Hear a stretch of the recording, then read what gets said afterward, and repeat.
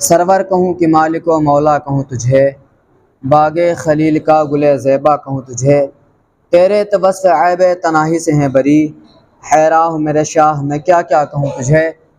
لیکن رضا نے ختم سخن اس پہ کر دیا، خالق کا بندہ خلق کا آقا کہوں تجھے۔ پڑھے درود پاک۔ اللہم صلی علی سیدنا و مولانا محمد مبارک وسلم، صلاۃ و سلام علیک یا رسول اللہ یا نبی اللہ یا حبیب اللہ صلی اللہ تعالی علیہ وسلم۔ میں نے جس آیت کریمہ کی تلاوت کرنے کا شرف حاصل کیا، اللہ تعالیٰ کلام مجید میں ارشاد فرماتا ہے کہ اے ایمان والو، تم پر روزے فرض کیے گئے جس طریقے سے تمہارے اگلے والوں پر فرض کیے گئے تھے، لعلکم تتقون، تاکہ تم پرہیزگار بن جاؤ۔ جیسے ہی ماہ صیام شروع ہوا، رمضان کا مہینہ شروع ہوا، تو دیکھا یہ گیا کہ نمازیوں کی کثرت بہت زیادہ ہو گئی۔ جب رمضان کا آغاز ہوا، جب رمضان شروع ہوا، تو یہ دیکھنے کو ملا کہ جو ریگولر نمازی تھے، جو ہمیشہ نماز پڑھنے والے تھے، انہیں جگہ نہیں ملا کرتی تھی، وہ ہمیشہ پیچھے بیٹھا کرتے تھے، اور جو پرائیویٹ نمازی ہیں، جو کبھی کبھی آنے والے ہیں، وہ اس مہینے کے چند دنوں میں وہ لوگ بہت زیادہ آگے ہوتے ہوئے نظر آئے تھے۔ لیکن آپ نے کئی مرتبہ معائنہ کیا ہوگا اپنی زندگی میں کہ جب بارش ہونا شروع ہوتی ہے تو اکثر میڈک، جب شروعات کی بارش ہوتی ہے تو اس میں میڈک زیادہ نظر آنے لگتے ہیں۔ مسلسل دھیرے دھیرے بارش بڑھتی رہتی ہے اور پھر میڈکوں کا خاتمہ ہونا شروع ہو جاتا ہے۔ بالکل اسی طریقے سے ہمارا اور آپ کا حال ہے کہ جب رمضان شروع ہوا تھا تو ہم میں سے اکثریت مسجدوں کے اندر نظر آیا کرتی تھی، لیکن رفتہ رفتہ پہلا عشرہ گزرا، پھر دوسرے عشرے ہی سے نمازوں کی تعداد مسجد میں کم ہونا شروع ہو گئی، اور رفتہ رفتہ یہاں تک انجام پہنچا کہ آج پھر وہی ماحول ہو گیا جس طریقے سے عام دنوں میں ہوا کرتا تھا۔ آج بھی فجر کے اندر اور مغرب میں ابھی بھی تھوڑے بہت آ رہے ہیں، فجر کے اندر اکثریت ختم ہو چکی ہے۔ تو یہ قابل افسوس بات رہا کرتی ہے کہ یہ رمضان کا مہینہ صرف 10 دنوں کے لیے نہیں ہوتا ہے، یہ پورا کا پورا مہینہ رحمت و برکتوں سے بھرا ہوا ہوتا ہے۔ مسلسل دیکھا یہ گیا کہ جب تراویح شروع ہوتی ہے، نماز تراویح، تو ہماری اکثریت نماز تراویح کے اندر شرکت کرتی ہے، اور 10-12 دنوں کے بعد رفتہ لوگ نمازیوں سے کم ہونا شروع ہو جایا کرتے ہیں۔ یہ بڑا ہی قابل افسوس بات ہے کہ لوگ آج مسجدوں کی طرف، مدارسوں کی طرف اپنا رغبت نہیں کر رہے ہیں، اور الا ماشاء اللہ جب مسجد کے اندر آ بھی جاتے ہیں نماز تراویح پڑھنے کے لیے، قلیل مدت میں آ بھی جاتے ہیں مسجد کے اندر، تو پھر مسجد کے اندر شور و شرابہ کرنا شروع کر دیا کرتے ہیں۔ الگ ہی حساب اپنا بنایا ہوا ہے، الگ ہی اپنا نظام بنایا ہوا ہے کہ یہاں تراویح شروع ہو جایا کرتی ہے اور پیچھے باتوں کا سلسلہ ہمیشہ جاری رہا کرتا ہے۔ تو پھر اس طریقے سے نماز پڑھنے کا آپ خود بتائیں کہ کیا مطلب نکلتا ہے؟ پھر کوئی معنی نہیں رکھتی کہ آپ نمازوں کے اندر نماز کی پابندی کر رہے ہیں یا نہیں کر رہے ہیں۔ جب مسجد کے اندر آ کر ہی ہم اور آپ کو باتیں کرنا ہے، مسجد کے اندر آ کر ہی شرارت کرنا ہے، تو پھر آپ بتائیں ہمارے نماز روزوں سے کیا ہمیں درس مل رہا ہے؟ اللہ فرماتا ہے روزہ اس لیے فرض کیے گئے ہیں لعلکم تتقون، تاکہ تم پرہیزگار بن جاؤ، اور وہی چیز ہمارے اور آپ کے اندر، وہی صفت، وہی کوالٹی ہمارے اور آپ کے اندر نظر نہیں آ رہی ہے، تو پھر کیا بتایا جائے؟ جسے اللہ رب العزت کا فرمان علی شان ہے، ان الصلاۃ تنہی عن الفحشاء والمنکر، بے شک نماز بے حیائی اور بری باتوں سے منع کرتی ہے۔ نماز بے حیائی اور بری باتوں سے منع کرتی ہے۔ اگر ہمارے اور آپ کے اندر بے حیائی موجود ہے، برائی موجود ہے، تو پھر ہم اور آپ اپنی نمازوں کو صحیح طریقے سے نہیں ادا کر پا رہے ہیں۔ پھر ہم اور آپ کو اپنی نمازوں پہ غور کرنا چاہیے۔ ہر انسان اپنے اعتبار سے اپنا الگ دین سمجھتے ہوئے چل رہا ہے۔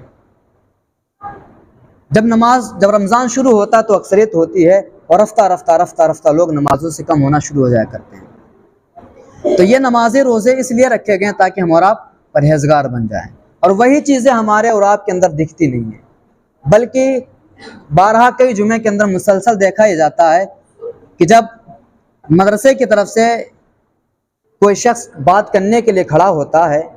گفتگو کرنے کے لیے کھڑا ہوتا ہے، تو کبھی کبھی یوں لگا کرتا ہے کہ آج یہ مسجد نہیں بلکہ پارلیمنٹ بن چکی ہے۔ سارے لوگ آوازیں کرنا شروع کر دیا کرتے ہیں۔ بڑی حیرت کی بات ہوتی ہے، یہ مسجد یہ اللہ کا گھر ہے، اور اسی مسجد کے اندر صحابہ کرام رضی اللہ تعالیٰ عنہم کی جب آپ زندگی کے بارے میں پڑھیں گے تو آپ کو پتہ چلے گا کہ صحابہ اپنے تیز قدم کو مسجد میں رکھنا گوارا نہیں کرا کرتے تھے، اور آج ہم اور آپ نے اس مسجد کو بالکل پارلیمنٹ کی طرح بنایا ہوا ہے۔ ہر آدمی کو کھلا آزادی ہے کہ مسجد کے اندر جو چاہے وہ بولتا ہوا نظر آتا ہے، جبکہ میں نے حدیث کے متعلق پڑھا، اللہ کے نبی صلی اللہ تعالیٰ علیہ وسلم ارشاد فرماتے ہیں کہ قیامت کی سب سے بڑی سب سے عظیم نشانیوں میں سے یہ نشانی ہے کہ لوگ مسجدوں کے اندر اپنی گفتگو کرنا شروع کر دیں گے، لوگ مسجدوں میں باتیں کرنا شروع کر دیں گے، اور آج یہی دور چل رہا ہے۔ آج یہی دور چل رہا ہے کہ ہر شخص اپنی بات رکھ رہا ہے، اور ہر شخص بولتا ہوا نظر آتا ہے۔ قابل افسوس بات ہے کہ ہم اور آپ کے سامنے کس طریقے سے دین آیا، اور ہم اور آپ اس دین کو کس موڑ کے اوپر لے جا رہے ہیں۔ قابل افسوس بات ہوا کرتی کہ سارے لوگ بولنا شروع کر دیتے ہیں۔ ضرورت کے مطابق جب یہاں پہ بولا جاتا ہے، میری سبھی سے گزارش ہے کہ آپ حضرات براہ کرم مسجد کے اندر آ کر کے کم از کم کچھ لمحے کے لیے اپنی زبان کو بند رکھا کریں، کچھ لمحے کے لیے اپنی زبان کو بند کر رکھا کریں۔ اور میری کمیٹی والوں سے بھی یہی گزارش رہے گی کہ کوئی بھی فیصلہ لینا ہو، کوئی بھی گفتگو کرنی ہو، تو یہاں پر صرف حکم صادر کیا جائے، یہاں پر یہ بتایا جائے کہ یہ چیزیں آپ کے اوپر باقی اتنی چیزیں آپ کو دینی چاہیے۔ اس کے علاوہ میری سمجھ میں یہ نہیں آتا کہ آپ اس کے علاوہ کوئی یہاں پہ بات کریں۔ کوئی بھی فیصلہ لینا ہو، کمیٹی کو جمع کرنا ہو، آپ مدرسے کے اندر جمع کریں۔ کوئی بھی آپ کو میٹنگ کرنی ہے، سب سے پہلے اس چیز کے بارے میں مدرسے میں غور کر لیں، اس کے بعد میں آپ یہاں پہ کھڑے ہو کے کہ آپ اپنا صرف فیصلہ سنا دیں، بس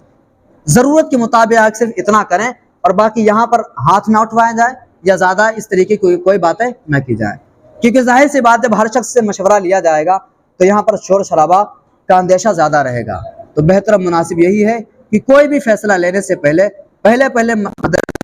کمیٹی بلائی جائے، اور اس کے اندر بات چیت کر کے فیصلہ لے لیا جائے، ڈیسائیڈ کر لیا جائے کہ کیا کیا چیزیں ہمیں مسجد میں بولنا ہے، اس کے بعد میں اپنی گفتگو کو یہاں پر آ کر کے شروع کیا کرے۔ ورنہ آپ یاد رکھیں کہ اللہ کے نبی صلی اللہ علیہ وسلم ارشاد فرماتے ہیں کہ قیامت کی سب سے بڑی نشانی یہ ہے کہ آدمی مسجدوں کے اندر بولنا شروع کر دیں گے۔ تو آج ہمارے اور آپ کے درمیان یہی چیز موجود ہے، اور جبکہ میں نے حدیث کے متعلق پڑھا کہ اللہ کے نبی صلی اللہ تعالیٰ علیہ وسلم ارشاد فرماتے ہیں کہ جو شخص مسجد میں آ جائے، اذان ہونے کے بعد وضو کر کے مسجد میں آ جائے اور بلا کوئی تکلف نہ کرے، کوئی باتیں نہ کرے دنیوی باتیں، اور وہ آ کر کے اپنی جگہ پر بیٹھ کر کے امام کا انتظار کرے، اپنے امام کا انتظار کرے کہ امام آئے ہمارا اور نماز پڑھایا کرے، اس انتظار کے اندر جب تک وہ بندہ رہتا ہے تب تک 70,000 فرشتے اس کی مغفرت کی دعائیں کرتے رہتے ہیں۔ سبحان اللہ، کتنی اچھی حدیث ہے۔ اللہ کے نبی صلی اللہ علیہ وسلم ارشاد فرماتے ہیں کہ جب آدمی اپنے امام کا انتظار کرتا رہے تو اللہ رب العزت 70 فرشتے اس کے لیے دعائیں مغفرت کیا کرتے ہیں، لیکن ہم اور آپ اس سعادت سے محروم ہو چکے ہیں۔ پہلی بات تو ہم مسجد کے اندر آتے نہیں ہیں، اور جب آ بھی جاتے ہیں اتفاق سے تو ہم اور آپ بولنا چلنا شروع کر دیا کرتے ہیں۔ اللہ کے نبی صلی اللہ علیہ وسلم ارشاد فرماتے ہیں کہ جب کوئی شخص مسجد میں آئے اور کوئی بات نہ کرے اور بالکل خاموشی سے خطبہ سنے، جس طریقے سے سننے کا حق ہے، کوئی بات نہ کرے وہاں پر، تو جب وہ خطبے سے اٹھتا ہے، جب وہ نماز پڑھ کے فارغ ہوتا ہے تو اللہ رب العزت اس کے سارے گناہوں کو معاف فرما دیتا ہے۔ سبحان اللہ، کتنی ساری ہمارے اور آپ کے پاس ہیلے بہانے ہیں۔ اللہ رب العزت ہر طریقے سے ہم اور آپ کو بخشنا چاہتا ہے، لیکن ہم اور آپ چاہتے ہی نہیں کہ اللہ رب العزت ہم اور آپ کو معاف فرما دے۔ یہ بہت ہی قابل افسوس بات رہا کرتی ہے کہ ہم اور آپ مسجدوں کا ادب نہیں کر پا رہے ہیں۔ سب سے پہلے ذمہ داری یہ ہماری اور آپ کی ہے کہ ہم اور آپ کوئی بھی فیصلہ لینا ہو یا کچھ بھی کرنا ہو تو مسجدوں کا احترام باقی رکھا کریں، اس مسجد کو پارلیمنٹ کی طرح نہ اس کے اندر پیش آیا کریں، اس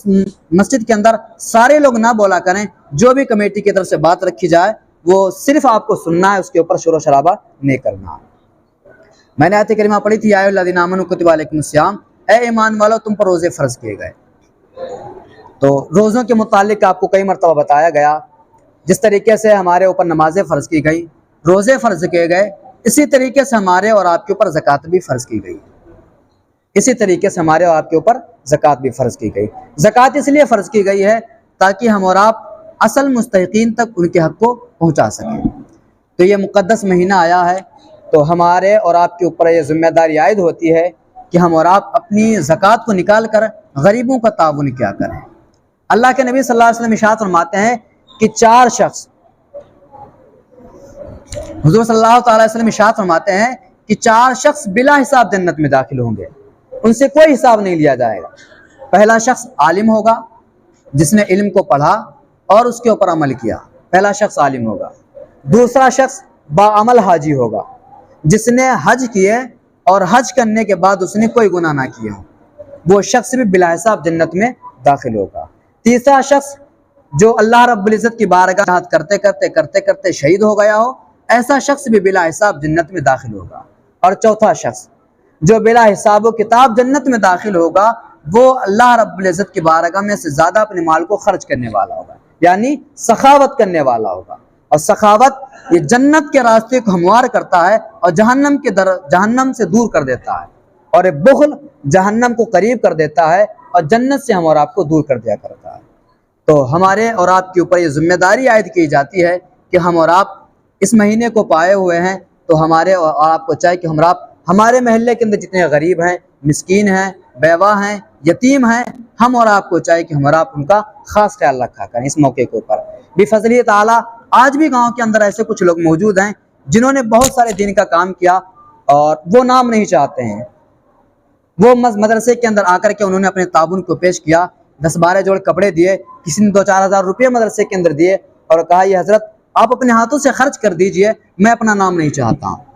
میں اپنا نام نہیں بلوانا چاہتا ہوں، یہ آپ اپنی طرف سے خرچ کر دیجئے۔ تو بفضل تعالیٰ آج بھی لوگ ایسے موجود ہیں کہ جو غریبوں کا خاص خیال رکھتے ہیں اور ان کی ہمہ وقت عزت و افزائی کیا کرتے ہیں۔ تو میں ہمیشہ ان لوگوں کے بارے میں اللہ رب العزت کے بارگاہ میں دعائیں کرتا رہتا ہوں، اور میرے ساتھ ساتھ میں آپ سے یہ بھی گزارش ہے کہ انہی لوگوں کی طرح جو اللہ کی بارگاہ میں خرچ کرتے ہیں، آپ حضرات بھی کم از کم ہم میں سے ہر شخص اتنی استطاعت رکھتا ہے، اتنی طاقت رکھتا ہے کہ اگر 4-5 جوڑے کپڑے ہم اپنے بنوا سکتے ہیں تو 1 جوڑا کم از کم کپڑا ہم اپنے محلے والوں کے لیے بھی بنوا سکتے ہیں۔ تو ہم اور آپ کو چاہیے کہ ہم اور آپ کم از کم زیادہ صدقہ نہ کرتے ہوئے صرف 1 جوڑ کپڑا کسی غریب کو یا کسی یتیم کو دے دیا کریں۔ اور بارہا گزشتہ جس طریقے سے اور صدقہ فطر کے بارے میں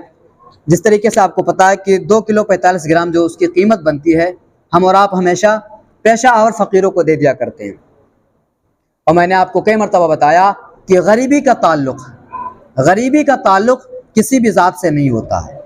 غریبی کا تعلق کسی بھی ذات سے نہیں ہوتا۔ ایسا نہیں کہ جو پیشہ اور مانگنے والے سائیں آئے اور آپ انہی کو دے دے جا کر کے۔ کبھی کبھی ایسی جگہ پر مال کو دینا بھی ضیاع ہو جایا کرتا، کیونکہ مال کو ان کے اصل مستحقین تک پہنچایا جائے، یہی سنت ہے، یہی اچھا طریقہ ہے۔ اور مانگنے والے جو پیشہ آور ہوتے ہیں، ہم آپ ان کو اپنا پیسہ دے دیا کرتے ہیں، اس طریقے سے نہیں کرنا چاہیے۔ اگر ہمارے بھائیوں کے اندر کوئی غریب نظر آتا ہے، ہمارے پڑوس میں کوئی غریب نظر آتا ہے، تو ذات برادری کو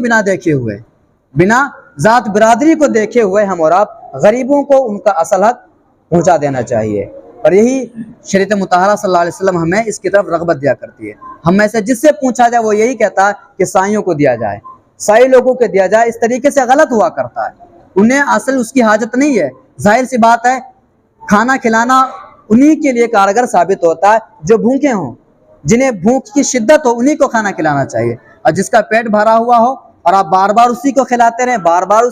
رہیں اور آپ یہ سمجھے کہ اللہ رب العزت آپ کو اس پر ثواب عطا فرمائے گا، تو ایسا نہیں ہونے والا ہے۔ ہر شخص کو، ضرورت مند کو اس کا حق پہنچائیں۔ اللہ رب البارگاہ میں دعا اللہ رب العزت ہمارا آپ کو اس چھوٹی سی گفتگو پر عمل کرنے کی توفیق عطا فرمائے۔ مختصر انداز میں میرے پورے بیان کا مقصد یوں سمجھ لیجئے کہ پہلی بات یہ ہے کہ مسجد کے اندر ہم اور آپ کو شور و شرابہ نہیں مچانا ہے۔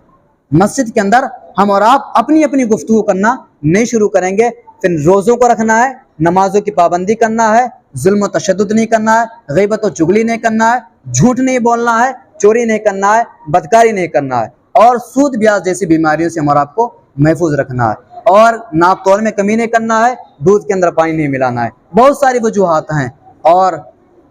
جہاں تک ہو سکے حتی الامکان آپ کوشش کریں کہ آپ حضرات غریبوں کی زیادہ سے زیادہ مدد کیا کریں۔ اگر آپ کی نظروں میں ایسا کوئی نہیں آ رہا تو میری آپ سے گزارش ہے کہ آپ حضرات صدقہ فطر کا پیسہ آپ مدرسے میں جمع کریں اور انشاءاللہ رب العزت ان کو اصل مستحقین تک اس پیسے کو پہنچایا جائے گا۔ اور پچھلی بار کی طرف یہ اعلان سماعت فرمائے کہ جو تراویح کی ہم اور آپ کے اوپر پیسہ مسلط کیا جاتا ہے وہ حضرات براہ کرم آپ حضرات اپنا پیسہ پہنچانے کی کوشش کیا کریں، اور جہاں تک آپ سے ہو سکے آپ مسجد میں جلدی آنے کی کوشش کیا کریں، آپ مسجد میں جلدی آنے کی کوشش کیا کریں۔ اللہ کے نبی صلی اللہ تعالی وسلم ارشاد فرماتے ہیں کہ جو مسجد میں پہلے آ جاتا ہے اور اپنے امام کا انتظار کرتا ہے تو 70,000 فرشتے اس کے لیے دعائیں مغفرت کرتے رہتے ہیں، لیکن یہاں مسئلہ الٹا ہے کہ ہم خود آ کر مصلی پر بیٹھ کر کے مقتدیوں کا انتظار کیا کرتے ہیں۔ تو بخدا آپ ان چیزوں سے باز آ جائیں اور مسجدوں کی طرف آ جائیں، مدرسوں کی طرف آ جائیں۔ السلام علیکم ورحمۃ اللہ۔